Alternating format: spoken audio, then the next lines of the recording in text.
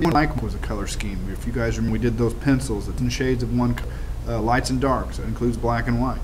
Well, complementary is also a color scheme. Now, there's many different types of complementary color schemes, but we're going to stick to the basic, the best way to go about this, just the basic idea. All right. So we're going to stick to. I don't know how the camera reading here, but this is black background. If you notice, my letters are one of two colors. All right. They're orange, or they're different tints and shades of blue. Some blue, white blue, really light blue. You know, the oranges I kind of kept the same. Well, what makes those complementary colors? Well, let's get our trusty color wheel here, and we're going to keep this pretty basic. Let me snap off for a second. All right, I'm going to keep this pretty basic. We're going to stick to complementary.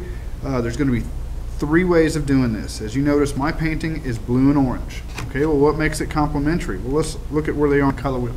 All right, we're going to use the basic complementary color scheme of 2 colors that are directly across each other on the color wheel, and we're going to stick to 3 of them. So blue and orange. You know, you could think of sunset on the water. There you go. Yellow and violet. They're directly across, day and night. Notice the contrast. And the third is red and green. It's Christmas time. So green's kind of a neutral cool, red's a hot color. So they all contrast a little bit. All right, so red and green. Yellow and violet, or blue and orange. Okay, so with that in mind, what we're going to do is we're going to set up our next drawing to hook together for complementary colors. So if you notice, what I'm going to have you do is take at least 5 letters and use them all twice. Okay, I don't know, you guys have different length names and last names. Just use something that's pretty close. I want you to use every letter twice. So my first name is Mr. That's only 2 letters. So we're going to go with my last name. So a lot of times I'll just kind of write it on the back, or scratch it out, put it on scratch paper so I can put 2 marks through it so I know when I used every letter twice. Okay? So you notice here, all my letters are overlapping another letter. Okay? You guys should have got used to overlapping from drawing the billiards drawing with those circles. Okay? So we started and just come up with some basic drawings here. Now, I've got the lettering sheets on that back table. You guys know where those are at. It's got some of those letters here. It's got the graffiti lettering there. You guys have Google at your fingertips, so you can pull up whatever kind of crazy fonts you want. But you notice I've used slinky letters, I've used jaggedy letters, cloud letters, cursive, whatever we want. Okay? And the idea is we want to start wherever you want to start. You can start in the middle, you can start at the edge. But every letter has to either be touching or overlapping. I prefer overlapping. Some other letter, like this P. I think I started with the W. Let's just do one together. Let's get through this, and if you guys are feeling good about going ahead, start your drawing, go ahead. All right, so like I said, you can use any type of lettering you'd like. You can use the same lettering. You can have all different lettering. It doesn't matter to me, but we're going to need to use every letter twice, and I want, so 1, 2, 3, 4, 5, 6. That's going to give me 12 letters. I want at least 10. So let's just start. You know, let's just start with 3. Okay, so I've got a letter E to start with. 1 line through it. When I see 2 lines through them, I know I'm ready to go. Okay? Let's shed a little light on the situation there. All right.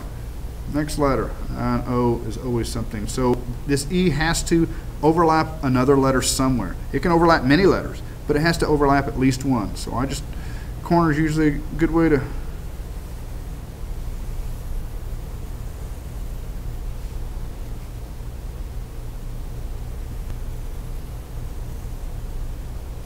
there's an O. Okay, now let's just go this way. Let's give us an L. Let's get cloudy here. You guys can use whatever letters you like. Okay, I have lots of L's. So notice, when I started, I'm just kind of starting somewhere else. As long as these overlap in one, we're good. Got rid of 2, let's see here.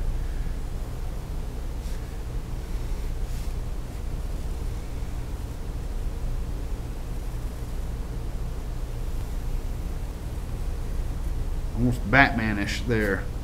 Okay, well, let's connect them. Let's figure out a way to connect them. So maybe I've got little skinny backwards letter P. Just kind of floating through there.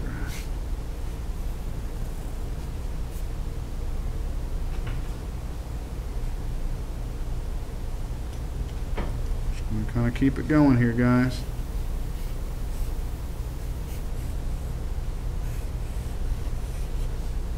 If you guys want to fast forward through this, feel free. I would actually suggest it.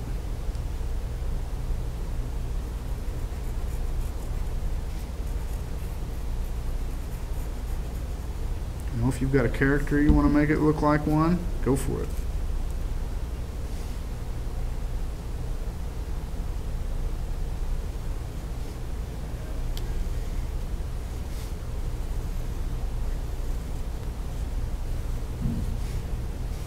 It's kind of one of those, you'll see them on the back table, those old English somewhat. Okay, so what do we got? One more L, one more E.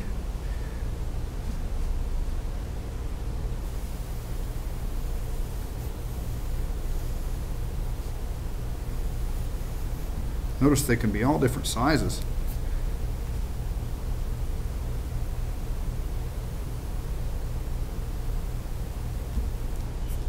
We got them all. One more L.